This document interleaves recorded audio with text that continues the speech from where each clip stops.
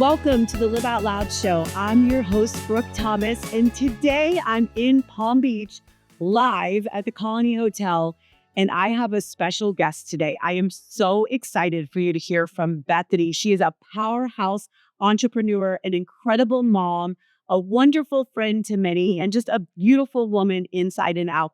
This episode will be one that you're going to want to share with all your girlfriends, and I cannot wait to get into this. So Bethany, welcome to the show. Thanks for having me. I'm so excited to be here, and I'm so excited you are in Florida. I think you belong in Florida. I know. Well, I did grow up here, so it's good to be back. And I know we just got done, with the one-day live event. I was so happy to see you and your sister and your mom there. What an incredible day. Why don't you tell anybody that's listening, like, what did that day do for you?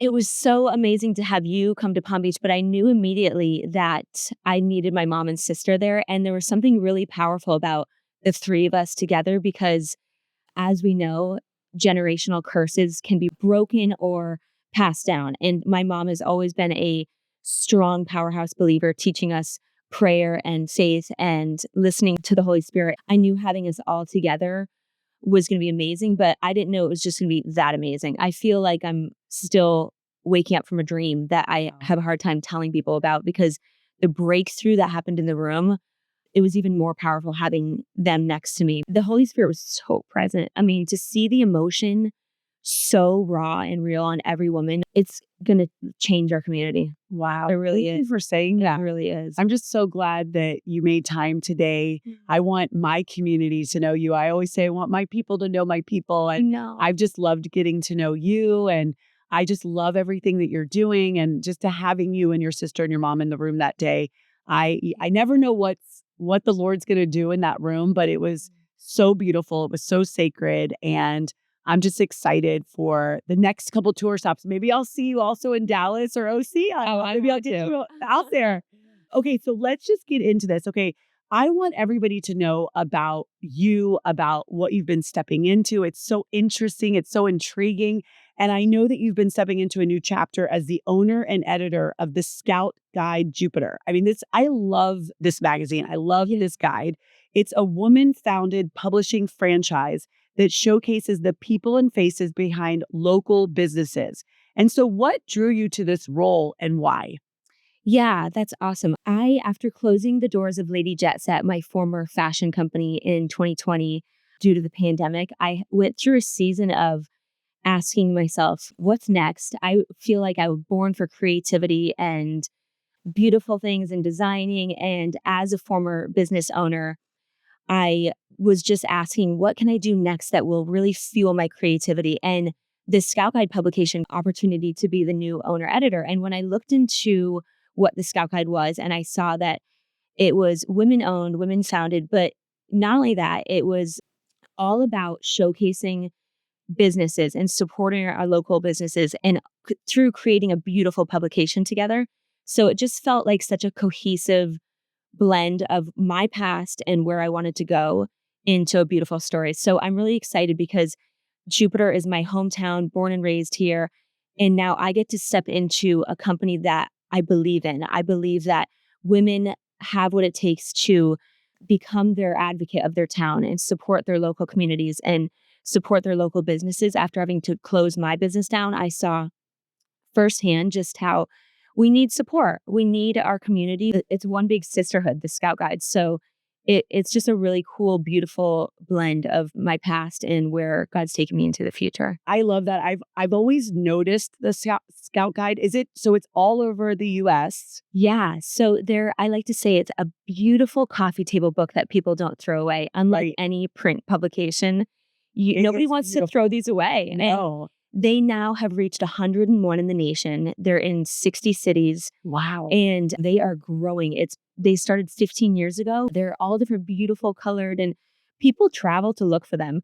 They are every county have a different color, or how does it work? Yeah, it's fun. Each editor gets to pick the color every year. Oh, wow. But they're all brand stamped with a beautiful red gold foil logo in the middle. And everybody gets to pick their color and their stripe. Oh. And sometimes it's based off how you feel the color would represent your town.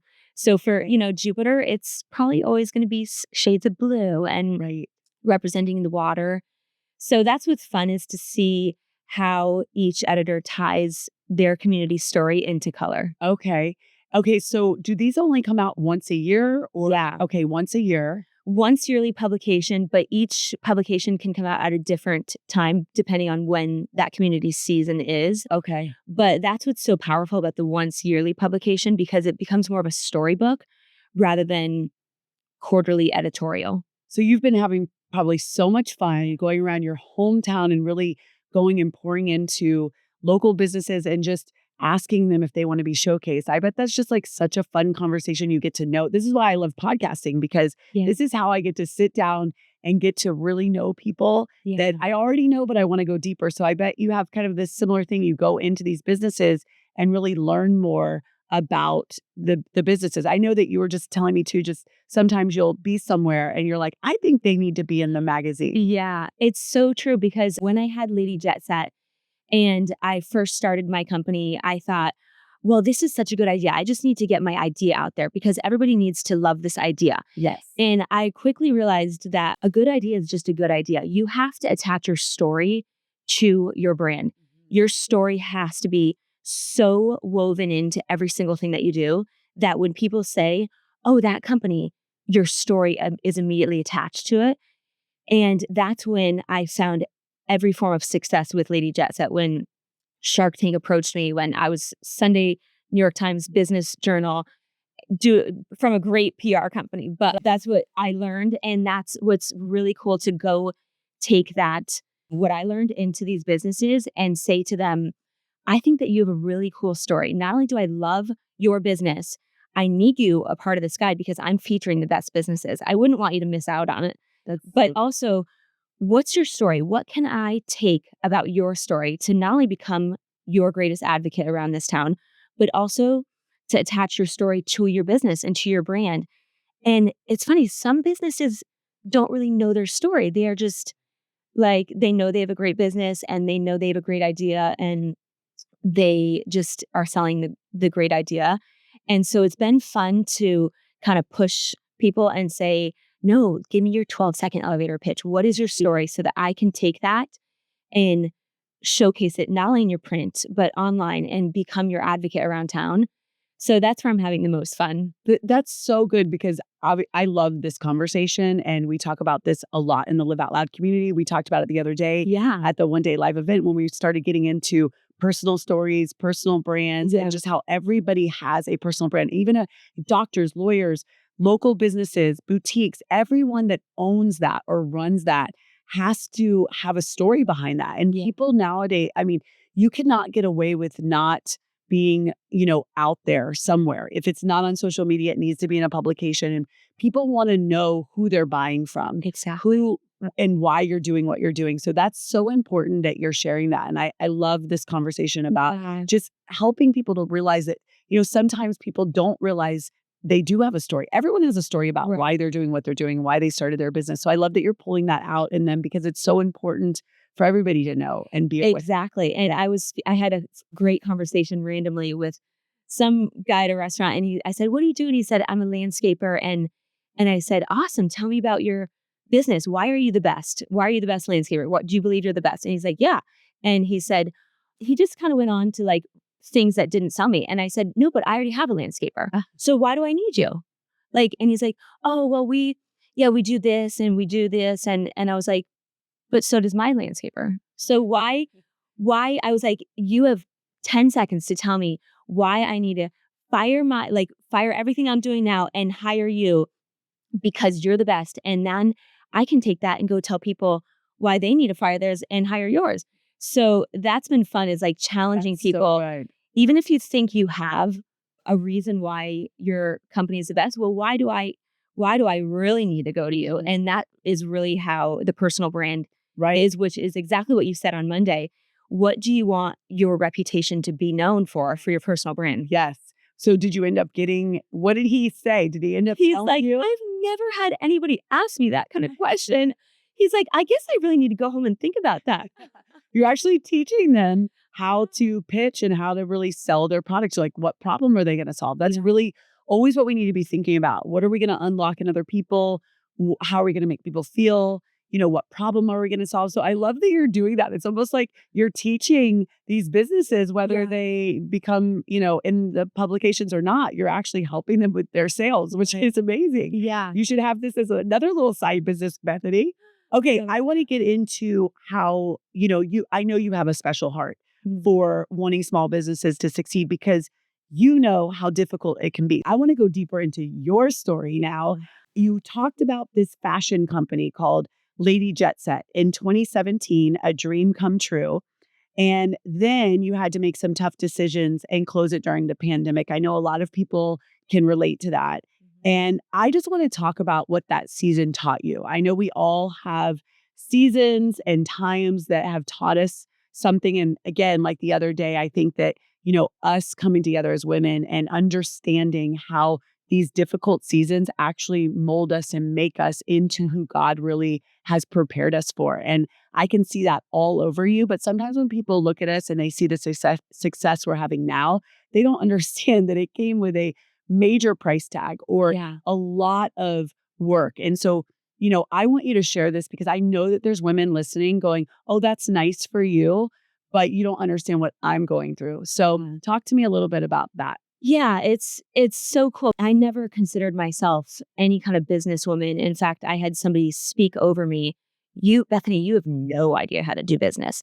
And I kind of held on to that for a little bit. And I thought, oh yeah, they're right. Like I'm design and fashion and I loved this company that I built. I put a lot of work into building it where it was, but I did have business help through it. And after the pandemic, I had to make the hard decision of closing it. And it was really hard and sad. And I went through the whole grief process of, but I put so much time and effort and blood, sweat, and tears into this. And why can't I just make it work? And, sometimes it's like when we force something to work, it's harder. And sometimes letting go is harder, but the more beautiful, you're going to get the more beautiful reward from it. So I remember my brother saying to me, normally when God performs a miracle, he let it die and stay dead for 3 days. He doesn't, on any kind of scene, he doesn't rush like, hurry, Jesus, like, hurry, they're about to die. He's like, okay. He like lets it die and he knows the miracle that's going to come. And I remember thinking, okay, I might have to let this die, but it didn't mean that I was giving up. It didn't mean that I was surrendering my dreams. I knew that if I had let it go in faith and trust that God would bring something better and bigger. And all of that stuff just becomes the foundation of the next pillar of strength. It never is a waste.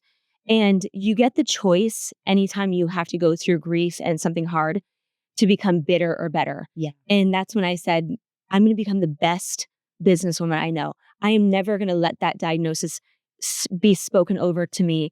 Even though I have to shut this down, that wasn't because I was a bad businesswoman. Yeah. That was because of bad timing.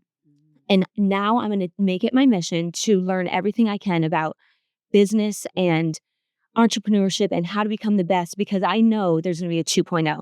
And God always brings better after hardships. And he's a God of more than. That's why I love Ephesians 3:20. And I love that that's your like new verse this year, because that is the God that we serve. He's going to give you more than you thought. But there's a trust process with that. Oh, I'm like a little emotional right now. And I have like goosebumps just because like, I just want every girl and every woman to hear this because it is so powerful what is spoken over us.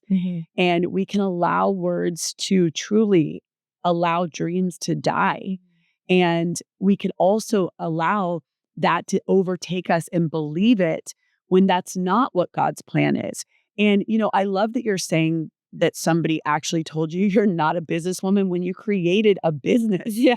And what does that even mean? Like I have women all the time that are so brilliant and so creative and so amazing tell me, but I'm not a businesswoman. And I'm like, what does that even mean? Why would you say that? And it always comes back to some sort of insecurity based on what somebody else said or what their definition of a businesswoman. Right. Sometimes women are super creative and they're visionaries, but maybe they're not great with numbers. So they think they're not a businesswoman. Yeah. And they hold on to that identity. Yes. Or I've also had women that are really, really brilliant when it comes to numbers, but they're not creative or visionary. So they think they're not a businesswoman. So I'm like, who gets to decide what that label even means? I believe every woman is a creative woman that can create anything because we're made in the image of God. He was the God of the universe. Yeah. He created it. And so we are creative beings. And so it's so incredible to hear you just, I love anyone that can take, a problem and turn it into something that's victorious, or like not become a victim, become victorious through it, because God will do super abundantly more than we could ever ask or imagine. And He's done that in and through you. And you are a testimony to that. And I love that you're sharing that, because again, sometimes, other women can look you up on Instagram and be like, oh, she's so beautiful. She's got beautiful children, and, she's got this beautiful business. She probably doesn't know what, hardship is. And, people make assumptions all the time based on what they see with their physical eyes. And I always like to go deeper into the story, because you're reaching the hearts of women right now that are like, wait, that was spoken over me too. And that dream did die. And so I just want to ask you about the women that are listening that have dreams that have that they've put on pause or they've watched fall apart. What would you tell that woman right now? Like, I want you to look at that woman right now. And what would you tell her if she was just told, you know what, your time is over, or you're not really that person you thought you were, or you're not good enough. Like, just stop and just be a mom, or just stop and just be a wife, or just stop and go back to what you're good at. This is not for you. I want you to speak to her right now. Yeah, I would say, what is it that you want? Do you want to be a good businesswoman? Do you want to be the best at sales? Do you want to be the best at numbers? If somebody's going to speak a lie over you and okay, fine, you don't want to be a businesswoman, that's fine. That was terrible what they said. But if you do believe that you can become the best businesswoman and the best at sales, why would you ever let that be spoken over you and choose to believe it? Instead, you can take that and say, I'm going to make it my mission. Do something once a day, like a podcast a day.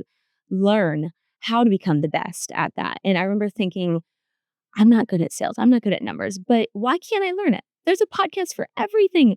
You can learn and you can become the best at anything, especially if you make it your goal. But you have to first choose to identify what it is that you're believing to be true. Is it a lie, or is it, I'm not good at it right now, but I know I can be. Yeah. I know I can learn it. And that's all it takes, is making it your vow and your mission to become the best version of yourself. That's so good. I mean, nobody knows until they know. I know. And you can Google anything these days. You can find out anything.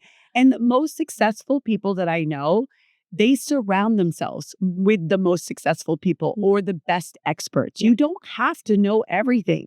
You can be great at some things and then surround yourself with people that are great at other things. And then you can learn and grow together. And you don't have to know everything, but you can Google anything and find out enough. Exactly. And if you want, I love what you just said. Like, if you actually want to learn it, learn it. I mean, I remember when my kids were really little and I felt paralyzed in the kitchen because I was like, I don't know how to cook. Yeah. And then I was like, but I'm going to figure this out because I don't want them to feel this way. Yeah. And that's not for everybody, but I knew, okay, I have to take responsibility for this thing that I don't know and I want to be better at. But if I didn't care, then I wouldn't have done it. Exactly. So whatever, rewarding. Yes, whatever you want to learn, like if you say you're not good at numbers, you want to learn to be good at numbers, then you learn to be good at numbers. And so, okay, I want to ask you about, speaking of numbers and other businesses, I want to know about this real estate investment company. I know that you renovate and flip homes, and that can be really stressful. We have a lot of real estate investors, real estate agents, flippers, like all the things I've learned so much the last few years just because of the women in my community that actually do that. So what do you love the most about that? Well, I first love that you are taking something that is decrepit and torn apart, something that somebody looked at and said, oh, that has no potential, and giving it vision and watching that vision come to life through creativity, through design, through the beautification process, which is so similar to anybody's story. If you want to let yourself stay at the worst possible version of yourself, you can. Wow. And you can keep your net worth and your value at the lowest possible. But one thing I learned through studying business and learning to become business is the best way to invest your money and what the best ROI is. And as much as I wanted to like immediately start Lady Jetset over again, I wanted to start another fashion company. I realized a startup is the lowest of the low of where to invest your money. Yeah. It's like the worst possible way to invest your money. So I realized real estate investments was where the best ROI was. And at first I was like, but I don't do real estate. I do fashion and pretty and design and fun and girly. And so I was able to kind of tie that in, and I love make that. beautiful things, but also realize good business. That is incredible. I love how you just took the vision of how you love fashion and how you love to design things. Yeah. And I love how you were able to take that and put it into a home that, most people would be like, oh, that's not even, like something that's beautiful. And you were able to turn it, like, what was the first step you had to take to even, like if you were talking to somebody that's like, well, that sounds like something I want to do. What was the first thing you had to do to even understand what you were capable of in that industry? Yeah. So I had to first study and learn money, because it's so easy to, just because you want it, blow it. And then you realize, oh my gosh, I didn't make that smart decision. So once I studied financial smart decisions and realized, wow, real estate is going to be a great financial decision, then I had to study the market. You can't just go buy any house for sale. You have to study the market and say, okay, that's a good return on investment. And if I put this much into it, then I can guarantee to get that out of it. But that came through learning real estate, the market, the area. So just reading and learning and podcasting and talking to as many advisors as I could. I would just try to find, my family is in real estate, and I would talk to them about, if I had this, what would be the first smart decision? And so just baby steps and learning. And if you're going to dive in head first, making sure that you've done as much research as you can on that. So I'm currently selling my 7th real estate property right now. Wow. That is so incredible. I mean, that's so inspiring, from going from where you were to not believing you're a businesswoman to, running this whole publication, also doing real estate investment, but like doing it your way. I love that so much. And I want to ask you another question about how your faith has guided your decisions as a businesswoman, especially in seasons of risk, like launching new ventures or shifting industries. I know that you grew up in a family of 8, and I just want to know about your environment, your work ethic, your mindset, and how faith comes into it, because I know that that all comes into play with everything that you are right now, all the hardships that you've gone through, all the things you're growing and building right now. I know that all comes together. Like it's it's true. And I always say, we are just as much spiritual as we are physical, as we are emotional, as we are mental. And you can never neglect the spiritual side of you, no matter how you're raised. But I was so blessed to be raised into a family, very God-fearing. My mom is the strongest Christian I know. Like I always say, she's got a direct hotline to God. And she has shaped my beliefs. And I just can't imagine going through any hardship in life without having a relationship with God and having that Holy Spirit be your peace and be your strength in the moments where you don't think you're going to make it, the moments where you don't have peace. And God truly has been my force for that, just to keep me going and giving me the strength and reminder that his plans for us are to prosper. He never lets us stay in the grief or in the hardships. In fact, that's when he comes closest to us. So until you experience that firsthand, you don't realize that there's nothing you can do without God through success or the hardships or the failures. Yeah. So good. So last question. I know you've been reading my book, Activate Your Impact, and there's 12 different chapters, different activations. And when I'm talking to you, I'm really just feeling the chapter around activating your creativity. So you are obviously a visionary, you're creative, you are a businesswoman, you're brilliant, you're beautiful. But I just wanted you to leave the audience with something around creativity. for the woman that doesn't feel creative, because you've even been able to take your creativity and put it into a business like real estate, just the way that you just so beautifully explained real estate investing, but you did it from a creative place. I think there's a lot of women that feel like they're not creative, and I want you to activate their creativity right now. What would you tell that woman that is like, but I'm not creative, or I'm not a businesswoman, or I'm not this? How would you tell that woman to activate what's inside and use the creativity? Because I know both of us believe that we are all creative beings. Like God created us to create, and it looks different on everybody. And that's why I love hearing your story about what you're doing right now for local businesses and helping them come alive. I mean, in the first few minutes of our podcast, you're giving everybody tips about sales and personal branding. And, you're running this publication, you're doing real estate investment. And I believe that everything you're doing, any woman can do anything if they put their minds to it. And I know that you've worked really hard on your faith, your mindset, all of that. So the woman that's listening, that's like, okay, but what would you say to me if you don't know who I am and I'm going through a hard time and I don't have any creativity in me? How would you activate her right now? I would stop shoulding on yourself. Like, don't say I should be more creative. I should, because that's never going to take you to the next. I love when you can just ask yourself, be your own client in any area of life that you are. What would you want to hear? What would make you think, oh, wow, that's different. Wow, I like that. Rather than just doing status quo and feeling I'm not creative. Oh, white and black.